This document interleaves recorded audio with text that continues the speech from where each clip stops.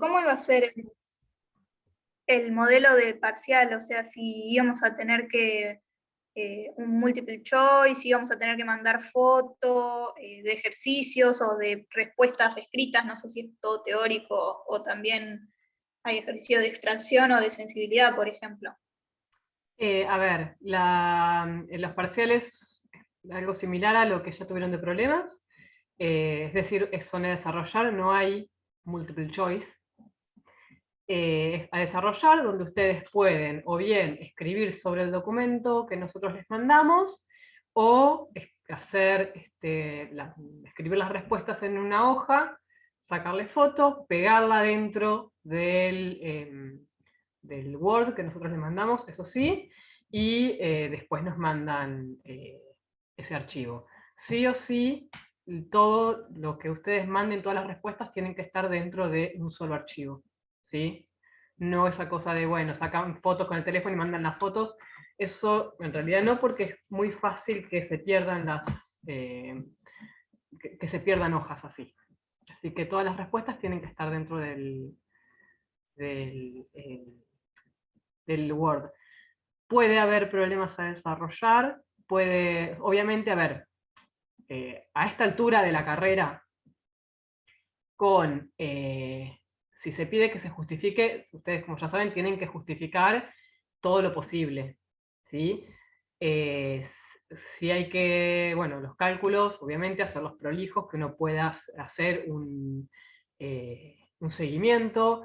Si se pide hacer un cálculo, o se pide un resultado y ponen el resultado solo, está mal. Tienen que poner el desarrollo, ¿sí? Digamos, de nada fuera creo que lo habitual a esta altura ya de la carrera. Y ustedes entonces nos mandan un documento con todas las consignas juntas. No, el mecanismo es exactamente el mismo que en los problemas, en los parciales de problemas. Ah, ok, ok, obvio. Somos una misma materia, digamos. Así que el mecanismo, si bien están separados los parciales, y los tuvimos que separar en cuestiones de semanas por el tema de la presencialidad y demás, o sea que tuvimos que ajustar el cronograma para que ustedes tuvieran un trabajo práctico más presencial. Somos una misma materia y todo es más o menos igual. No ponemos parciales de problemas y de laboratorio el mismo día para no sobrecargarlos a ustedes, pero el sistema es siempre el mismo. Perfecto, profe, gracias.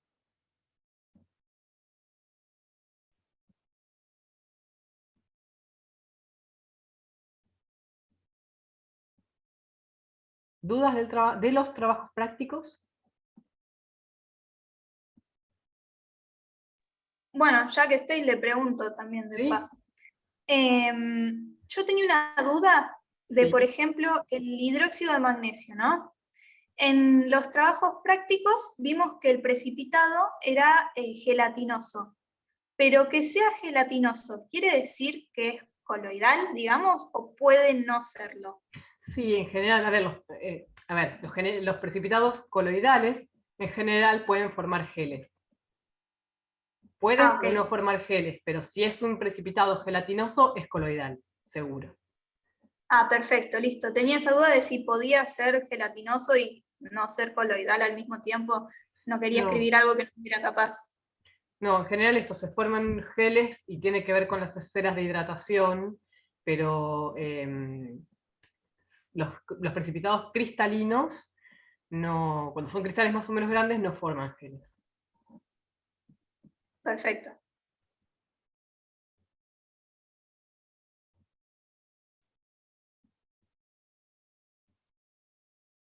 ¿Alguna otra duda? ¿Dudas de correcciones de los informes? ¿Dudas de, no sé, lo que tengan?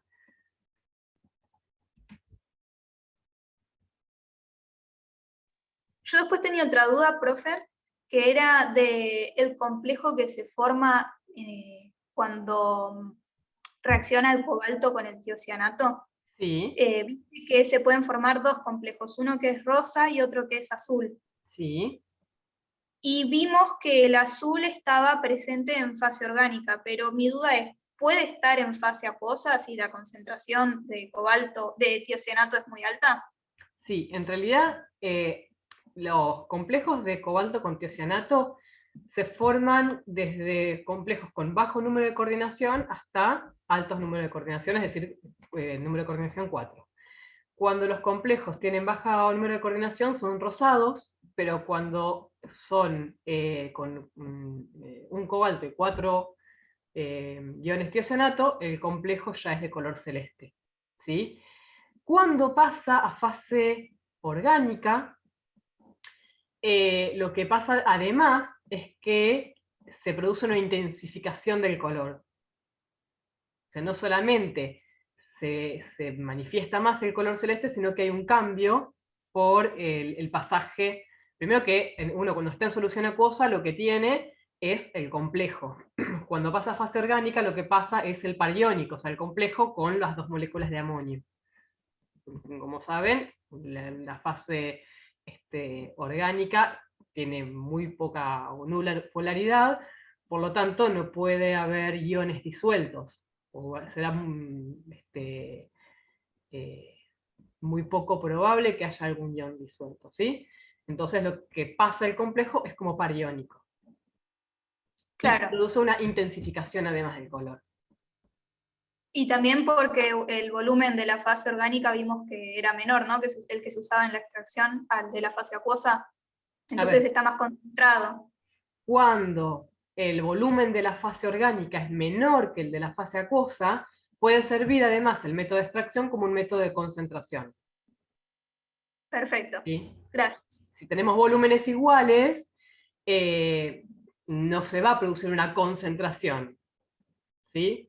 De hecho, por una cuestión de equilibrios, la concentración va a ser menor que la inicial en la fase acuosa, digamos, de la concentración total de todos los componentes, ¿no? Si hay un desplazamiento además, cuando se produce la extracción, hay un desplazamiento del equilibrio hacia la formación de más complejos, por Le Chatelier. Desaparece el complejo de la fase acuosa, porque pasa a la fase orgánica, entonces en la fase acuosa se desplaza el equilibrio hacia la formación del complejo. Claro, sí. Sí, sí, perfecto. Acá, a ver.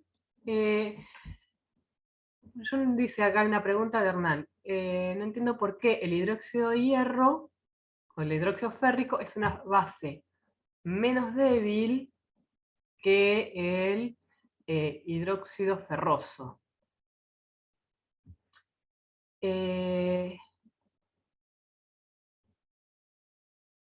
A ver, si vos estás diciendo que es una base, o sea, que el hidróxido ferroso es más débil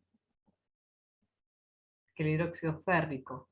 Habría que ver el tema de los KPS, o sea, me agarrás así, como no es algo que hayamos visto en detalle en los prácticos, es más bien la parte de ejercicios esto.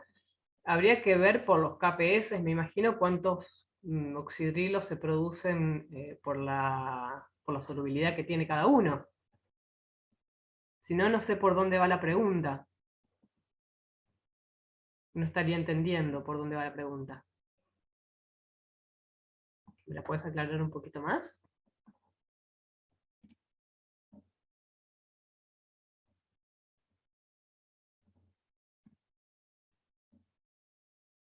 Y el ejercicio... Hernán, ¿estás por ahí?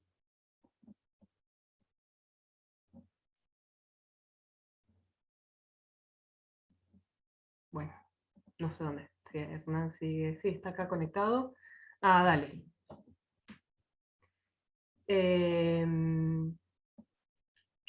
O es de cationes la pregunta. Ah, bien. Tu pregunta es por qué. Cuando vemos cationes en general no analizamos si los compuestos que se forman son más o menos básicos o ácidos, ¿sí? Lo que sí, a ver, lo que sí pasa es que el hierro más 3 es más, como catión, es más ácido que el hierro 2. Eso sí. O sea, igual los dos cationes son súper ácidos, pero si uno analiza por el lado de los KPS, que es un poco lo que determina la acidez de un catión, el hidróxido férrico es mucho más insoluble que el hidróxido ferroso. ¿Esto qué quiere decir? Que a un mismo pH, por ahí tenemos una misma concentración de hierro más 3 y de hierro más 2, y de vuelta, habría que hacer las cuentas, ¿no? Pero por ahí en pH 2 ya logramos que precipite el hidróxido férrico, pero el hierro más 2 se sigue manteniendo en solución porque no se alcanza el KPS. Por eso, eso mostraría que el hierro más 3 es un catión más ácido que el hierro más 2. No sé si por ahí viene por ahí la cuestión. El otro ejercicio, dame un segundo que abro el archivo de extracción.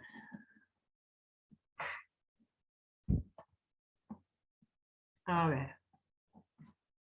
El ejercicio 2B. Bien. Dice, para que lo que tengan todos en mente.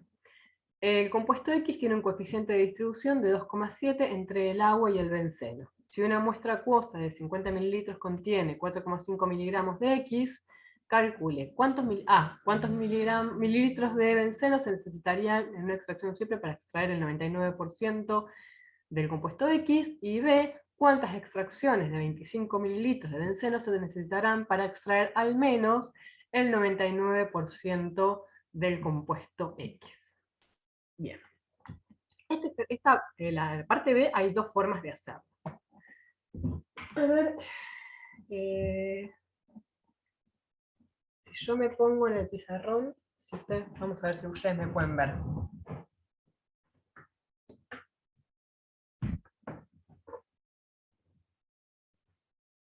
Ahí ustedes llegan a ver bien, sí, ¿no? Sí, profe, se ve. Bien, vale, pero cualquier cosa se me voy, porque yo ahora voy a mirar el problema y voy a dejar de verlos ustedes. Cualquier cosa se me voy a pizarrón ahí. Lo que pregunta es cuántas extracciones sucesivas será necesario hacer, ¿sí? Para... aquí lo perdí. Volumen de benceno, 25 mililitros. ¿Qué otro dato tenemos? ¿Qué tenemos? A ver. 50 volumen de la fase acuosa. Vamos a ponerle volumen de S.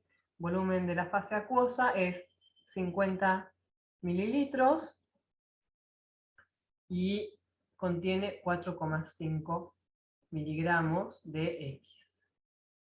Y lo otro que nos dice el problema es que la constante de distribución es 2,7. ¿Sí? Esto lo podemos hacer de dos maneras diferentes. Ustedes, en la parte de las fórmulas, tienen una fórmula que dice que la concentración, que sería la concentración que queda en la fase acuosa luego de N extracciones, será igual a la concentración inicial por el volumen de fase acuosa dividido el coeficiente de distribución, o sea, D o KD, más el volumen de fase acuosa sobre volumen de solvente, todo elevado a la N. ¿Sí? O no, tenía otra fórmula, perdón. Pero creo que igual queda, está bien, por volumen de A más D por el volumen del solvente. Ahora sí, ¿no?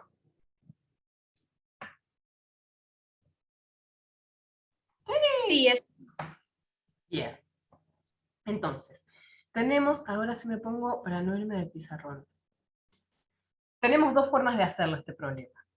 Uno es por lo que yo le llamaría fuerza bruta, que sería ir probando en qué, o sea, cuál sería el exponente para lograr que la concentración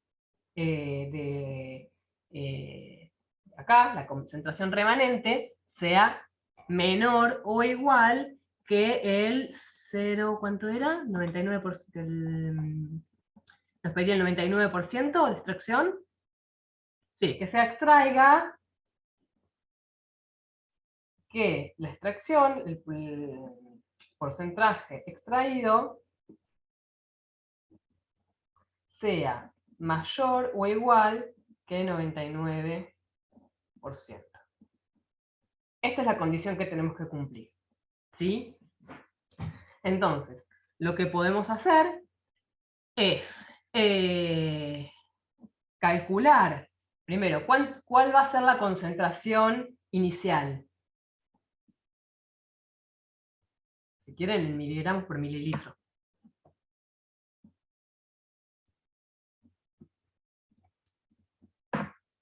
¿Alguien que haga la cuenta? ¿O si lo tienen hecho? 9 por 10 a la menos 5. Gracias. Entonces, la concentración inicial es, ¿me repetís? ¿9? No, sí. Por 10 a la menos 5, sí. 9 por 10 a la menos 5. Si extraje el 99%, ¿cuánto tendrá que ser la concentración remanente? 8,9 por 10 a la menos 5. 8,9 10 a la menos 5. Pero esto es lo que tuve que haber extraído. Esto es el 99% de esto. ¿O no? Sí, pensé que estabas Bien. preguntando eso, profe. No, la remanente sería 10 a la menos 6. Bien. Entonces, esto será 10 a la menos 6. En realidad esto, como dice el problema, esto tiene que ser menor, o sea, la concentración remanente tiene que ser menor o igual, ¿sí?, que esto, que lo extraído. Porque si extrajimos el 99% o más, esto va a ser 10 a la menos 6 o menos. ¿Se entiende?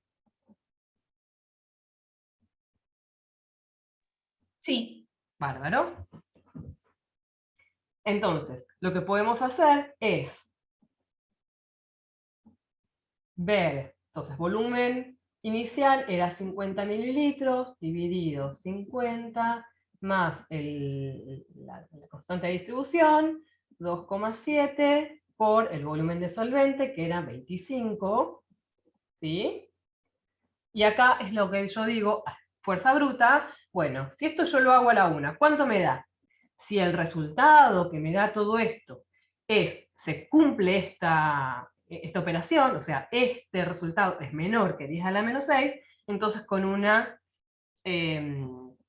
extracción es suficiente. ¿No es suficiente? Bueno, hago lo mismo haciendo a la 2. Y así voy probando, aumentando la cantidad de extracciones sucesivas para lograr que este resultado sea igual o menor que 10 a la menos 6. ¿Sí? Variando siempre n, que es el número de extracciones sucesivas que hice. ¿Vamos bien? ¿Queda claro? Perfecto. Otra opción es despejar n. ¿Sí? Si yo quiero despejar n, bueno, tendré que calcular logaritmo. Uy, bueno, borré esto, no importa. Era 9 por 10 a la menos 5, ¿cierto? Lo voy a poner acá. 9 por 10 a la menos 5, y esto, no importa, sí, 1 por 10 a la menos 6, habíamos dicho, ¿cierto? Entonces, yo lo que tengo que hacer es despejar n. ¿Cómo despejo n? Bueno, espero no irme a la pizarra porque me queda medio chiquita. Me quedará de concentración de n sobre, o sea, concentración después, luego de extracción n sobre concentración inicial es igual al volumen de A, que esto lo pueden calcular para tener un número. ¿Cuánto va a ser este número? A ver si hacemos 50 dividido 50 más 2.7 por 25.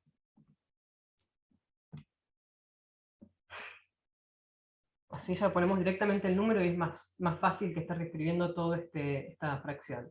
Esto, para este cálculo, da 0,4255. Yo acá agarro varias cifras significativas para no tener error por redondeo, o por disminuirlo. Entonces, esto será 0,4255, voy a borrar acá, elevado a la n. Y esto, ¿y esta fracción cuánto me da? 0,01. 0,01. Entonces, si yo tengo que pasar, ¿sí? La n la tengo que pasar allá y la paso como qué. ¿Se acuerdan? Raíz. O como despejo n.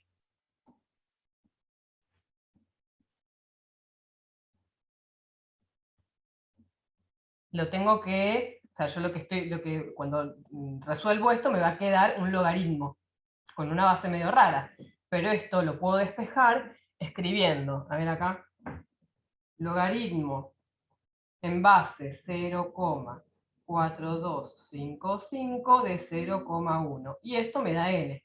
Recuerden que cuando yo calculo el logaritmo es a qué número tengo que elevar la base para que me dé el argumento.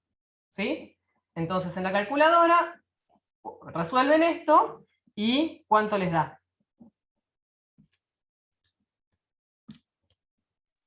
A mí me quedó 5,025, entonces dije que eran 6 extracciones. Exactamente. Con 5 extracciones no llego a cubrirlas, o sea, a que se cumpla esta igualdad, digamos, a que se extraiga al menos el 99%, entonces si me pasé de 5 tengo que hacer al menos 6 extracciones.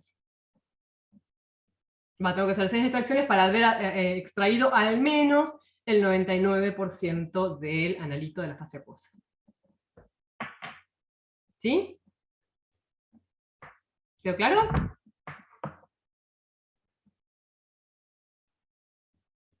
Sí. Perfecto. Oh, voy a bajar todo.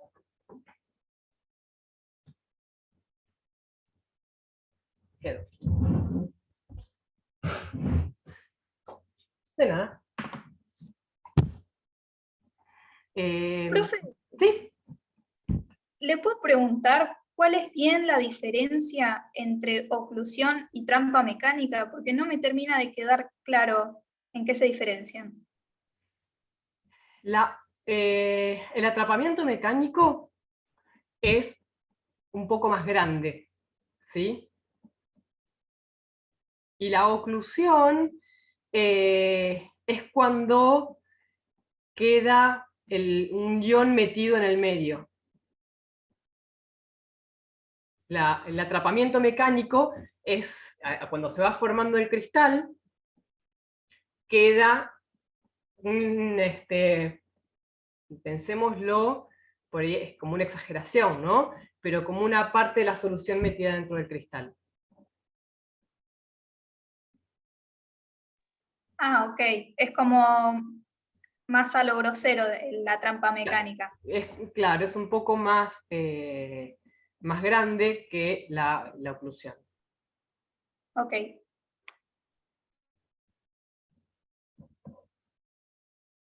No sé si sigue Hernán por acá.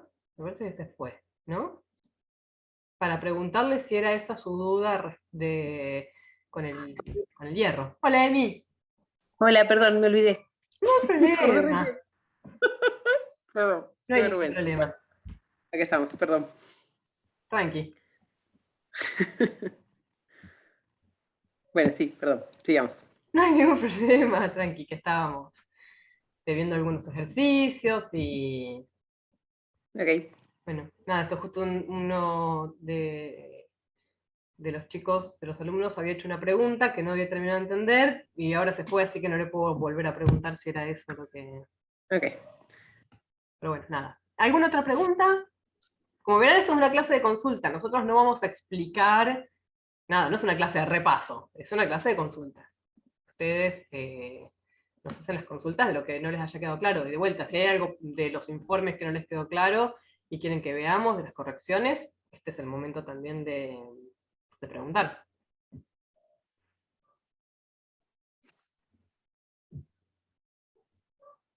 Profe, yo tengo una duda. ¿Sí? ¿Por qué la agitación vigorosa disminuye la concentración del soluto? Para el cálculo de la sobresaturación relativa, una de las razones o de las formas de disminuir la sobresaturación relativa decía que era con la agitación vigorosa, porque eso disminuía la Q, vendría a ser, es decir, la concentración de soluto. Y no entiendo bien por qué agitando disminuye Q. Bien. Lo que se disminuye es que haya zonas donde la concentración es excesivamente alta. ¿Sí? Y lo pongo en estos términos. Supongamos que tenemos un vaso con agua y tenemos un colorante, ¿sí? Y ponemos una gota de colorante en el vaso. Donde cayó la gota, si uno no agita, va a haber una concentración muy alta de colorante, ¿cierto? Sí, sí. Si uno está agitando permanentemente, lo que evita es que localmente, o sea, que se produzcan zonas particulares donde la concentración es muy elevada. Entonces, eso es exactamente lo mismo que uno está buscando, salvando las distancias, cuando uno agrega de a poco el agente precipitante y agita vigorosamente. O sea, vigorosamente es no agitar así como, dependiendo del sistema, hay veces que hay que agitar suavemente, sino que si uno va agitando, a medida que cae la gota ni siquiera va a caer toda en el mismo lugar, porque uno, a medida que va moviendo la solución, la concentración, o sea, uno rápidamente está logrando bajar la concentración del lugar donde cae la gota de agente precipitante. Por eso es que uno logra disminuir Q, porque rápidamente baja la concentración. Que si uno, nada, agrega el agente precipitante y lo deja o agita después. ¿Se entiende eso? No sé si... Sí, sí, ahora sí. Perfecto. Y otra duda que tengo es que yo noté que es preferible lavar un precipitado con muchos volúmenes pequeños en vez de uno solo grande. Y no sé si la razón de eso es la misma que la de las extracciones, que es mejor con muchos volúmenes con uno, o si es otra razón. Es similar, ¿no es? ¿Querés decir algo, Mí? No, es por la solubilidad la solubilización, perdón, del solvente, del soluto. Sí, y... Es más, en un volumen más grande, es más soluble, es más probable que se solubilice que en volúmenes más pequeños. Sí, y además, vos pensás que así se usa el mismo volumen total, así como en las extracciones uno va, o sea, no es lo mismo, cuando uno lava, o sea, pensémoslo así, uno tiene el cristal que terminó o sea, hicimos el precipitado, se filtró, tenemos el filtro con el precipitado, ¿sí? El precipitado no está seco, sino que está bañado todavía en sus aguas madres. Entonces, yo le agrego agua para lavarlo, y esa agua quedó bañando los cristales, va a disminuir su concentración en la medida que uno le agregó una solución o sea, agua, por lo cual bajó mucho la concentración de esa película de agua que está rodeando el cristal. Permitió que se vuelva a escurrir toda esa agua, que se filtre. Vuelve a hacer lo mismo. Entonces la concentración de solutos de esa película de agua va a ser cada vez menor. En ese sentido sí hay como una, es fácil pensarlo de una manera similar que con una extracción, pero bueno, obviamente no es lo mismo que una extracción, porque una extracción no tiene dos fases. Uno acá lo que está haciendo es ir haciendo diluciones cada vez más diluidas que van a quedar cubriendo los cristales. No sé si queda claro. O sea, una vez, obviamente que una vez realizados todos los lavados, si uno quiere cuantificarlo, sí va a ser importante si quedaron muchos iones que no son parte del precipitado sobre los cristales y se van a secar y obviamente van a aportar masa.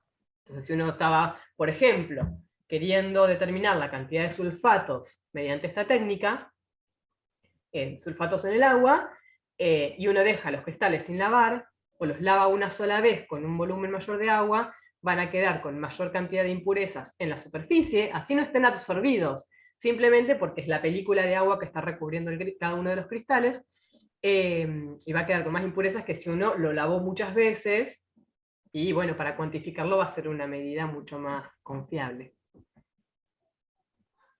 Ahora sí, gracias.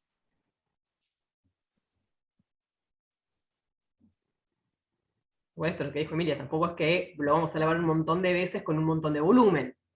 No, claro. Siempre con un poquito de volumen, porque aunque sea un precipitado bastante insoluble, no sé, la verdad es que estoy medio perdida de cómo van con los teóricos, pero si ya arrancaron con KPS, ya saben que Algo algo siempre se solubiliza. que es un equilibrio. Exacto.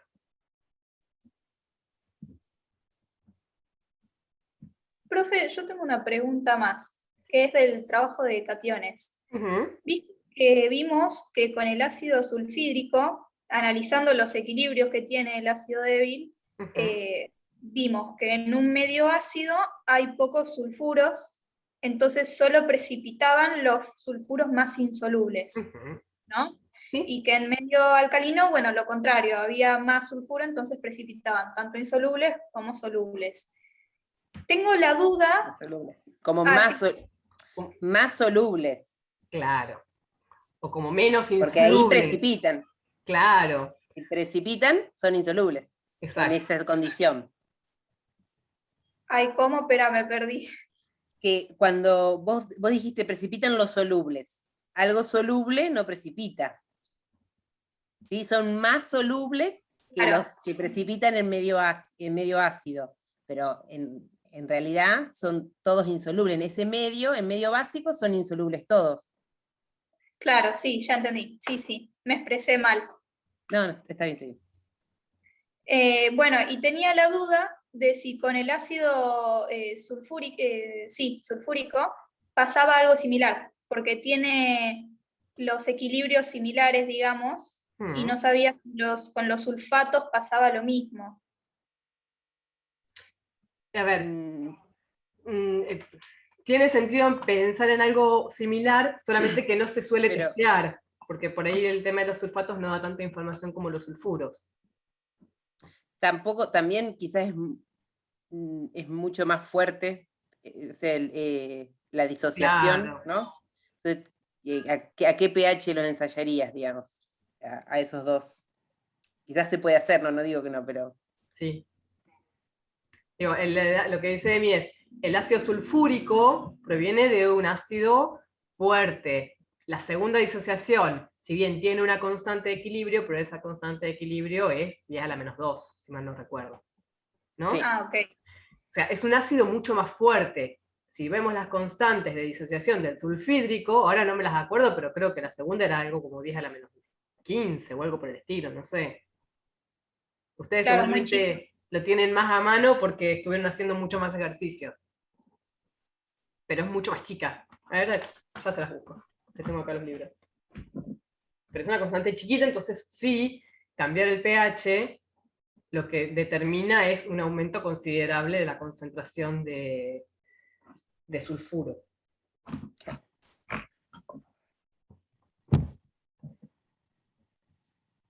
¿Sí? A ver. Sulfídrico. La segunda disociación es 10 a la menos 14, casi. Es un ácido muy débil. Claro, sí.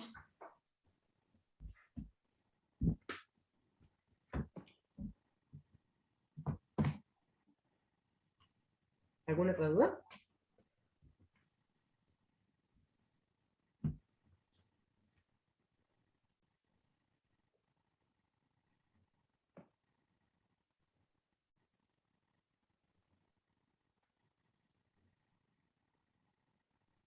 Profe, ¿los resultados del parcialito de Añones los tienen por casualidad? ¿De qué comisión? No me acuerdo. ¿De qué comisión son? De la mañana. O Ah, bueno, no sé si de la tarde les porque fue el interesa. último trabajo. Lo que pasa es que fue el claro. último. Después le decimos Le preguntamos a Emi. Claro, Emiliano, que es el que nos debe tener. Ok, Sí. vale.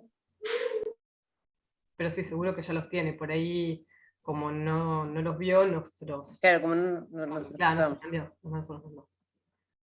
Sí. Igualmente, digamos, la nota que se saquen la vamos a sumar a este parcial. Ujú.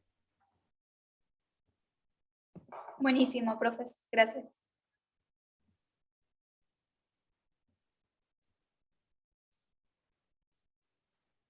¿Alguna otra duda?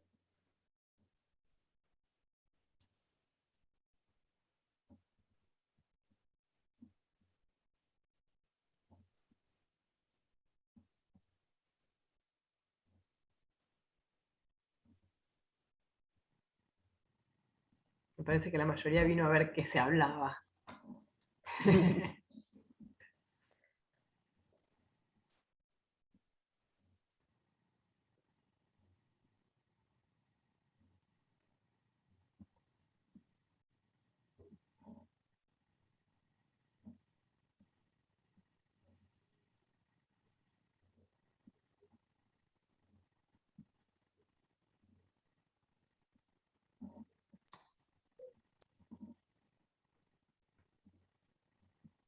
Bueno, no sé, si nadie tiene dudas.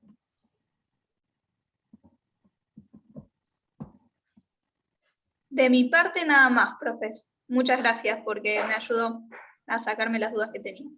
Buenísimo. Bueno, si quieren, entonces repasamos. Sería para el lunes, repasamos cuándo va a ser el examen, ¿no? El lunes a las 9, todos, en esta misma dirección. Igual le podemos mandar un mail para recordar eso, ¿no? Sí, igual creo que Bueno, ya están ya está, acostumbrados a que entran y entran siempre al mismo link. Eso creo Por que eso. ordenó bastante. ¿No? Bueno, en este link, entonces primero van a recibir el parcial de métodos separativos, después el de sensibilidad, después cationes y después aniones, y hacemos igual que como hicieron en el parcial de problemas. Cuando ustedes lo entregan, le entregamos el otro parcial. Ujú. Y lo van resolviendo y enviando a quien se lo mandó. Y así será, ¿no? Más o menos. Sí, sí, sí, sí.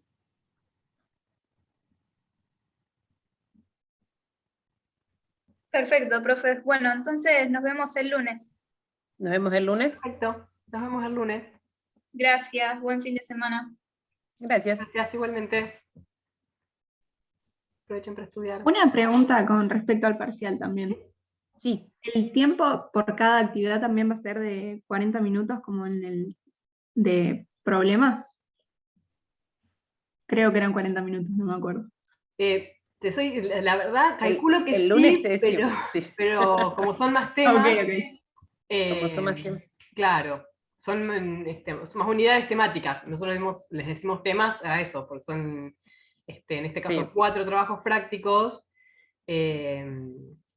Después del lunes les decimos bien. Pero, a ver, tranquilos que no les vamos a decir 10 minutos y tampoco vamos a decir el parcial dura 10 horas. No, o sea, siempre va a ser un tiempo razonable, ¿sí?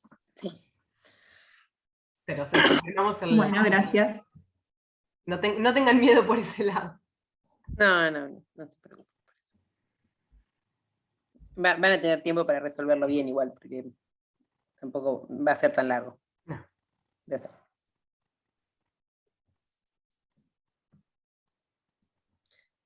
Pero bueno, ustedes tuvieron la suerte de poder hacerlo en trabajo práctico, así que les va a ser más fácil, seguramente, que lo que fue el año pasado.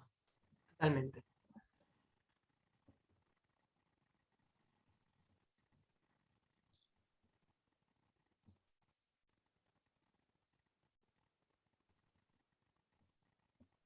Bueno, no sé si nadie tiene más consultas. Nos vemos Sí. el lunes. Nos vemos el lunes, si quieren. Yo tengo una duda de cationes, perdón, no encontraba las cosas. No hay problema. Sí, Hay un ejercicio que te dice que tenés que separar, creo que es el 11. Ay, a ver. Lo tengo acá. Sí. A ver. Que te hace separar con precipitación de sulfuros y regulación de pH. El cobre, aluminio. ¿Es ese, no? ¿El 11? Ah, sí, se tiene una solución mezcla de arsénico 3, cobre y aluminio. Y de Supongo que es igual a arsénico 5, porque bien, sí. vimos solo arsénico 5. Sí. Bueno, y dice separar con precipitación de sulfuros y regulación de pH. Ajá. Con sulfuro, con precipitación de sulfuros, o sea, los tres me dan distinto. Sí. El arsénico da un precipitado amarillo, con cobre da negro y el aluminio soluble. igual vos pensás que tenés los tres en el mismo tarrito, Claro, ¿no? Claro. Esa es claro, ahí es donde medio me confunde. Entonces vos cómo primero, vos tendrías que precipitar algunos, Ujú. primero, por ejemplo, 1 o 2, sacar uno y después diferenciar entre los otros dos. claro. Por ejemplo, si vos agregás, Claro. hidróxido de sodio, ¿quiénes precipitan? Ahora que no me acuerdo. Igual dice que solamente se puede utilizar sulfuros y la regulación del pH. O sea, sulfuros en medio alcalino o en medio ácido. Había entendido que la regulación del pH era que se podía usar. Claro. Cambiar el pH. Ok, entonces no dije nada, perdón. Claro, o sea, tengo que usar sulfuros en medio ácido u alcalino perdón. el buffer. Sí. Claro. Claro. Listo. Entonces, por ejemplo, si vos haces la precipitación de los sulfuros en medio ácido, ¿quiénes te precipitan? ¿Quién o quiénes te precipitan? Y en medio ácido me va a precipitar el arsénico. Sí. Sí, el arsénico y el cobre. Ajá, perfecto. Entonces ahí filtras el precipitado y en la solución, ¿qué te queda? El aluminio. Bien, ya tenés el aluminio separado. Y Sí. después, cuando vos alcalinizás el medio, tenés los dos sulfuros precipitados y le pones un medio alcalino. ¿Qué pasa con esos dos precipitados? ¿Ninguno de los dos tiene cambios? No. ¿Segura?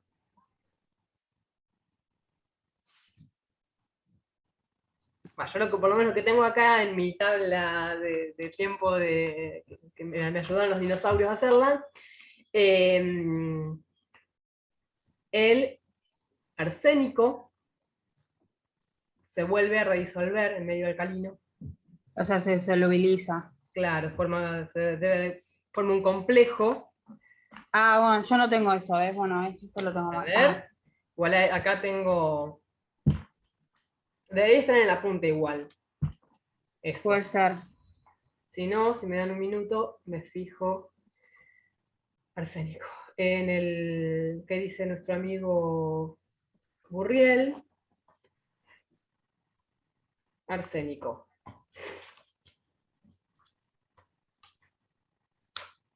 A ver, con arsénico 5 yo tengo esto que se redisuelve, entonces ahí podrías separar el...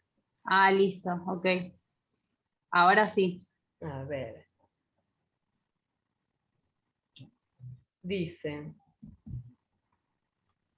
A ver, pero esto es el arsénico 3. Arsénico 5. sulfídrico.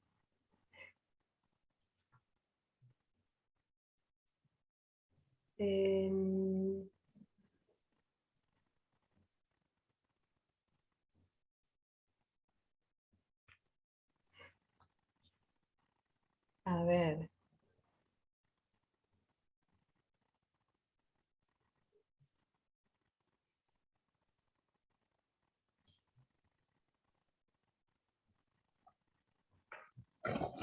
Lo que dice es que el carácter oxidante del arsénico +5 se incrementa en medio ácido y se favorece con la temperatura, lo que hace que actúa sobre el sulfuro de hidrógeno oxidándole a azufre elemental, mientras que él se reduce a arsénico 3, que precipita como sulfuro de arsénico.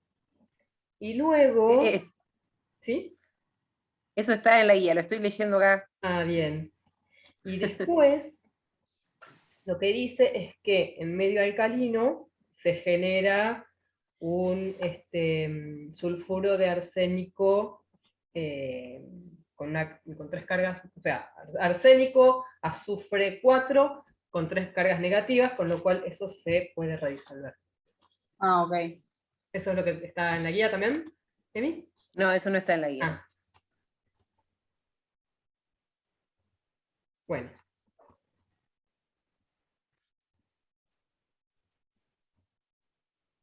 Y acá dice, donde dice el apartado donde está el arsénico 3, dice que hablando del sulfuro de arsénico 3, también es soluble en amoníaco, hidróxidos alcalinos, carbonato amónico, y en sulfuros y polisulfuros alcalinos originando de tiosales solubles o mezclas de tiosal y de oxosal. O sea, cuando se le alcaliza el medio, se forman esos tiosales solubles, entonces ahí, al redisolverse, se podrían separar los dos cationes. Separar, está Claro, bien. me queda el sulfuro de cobre precipitado y el sulfuro de arsénico se solubiliza. Genial, bueno, muchas gracias. De nada.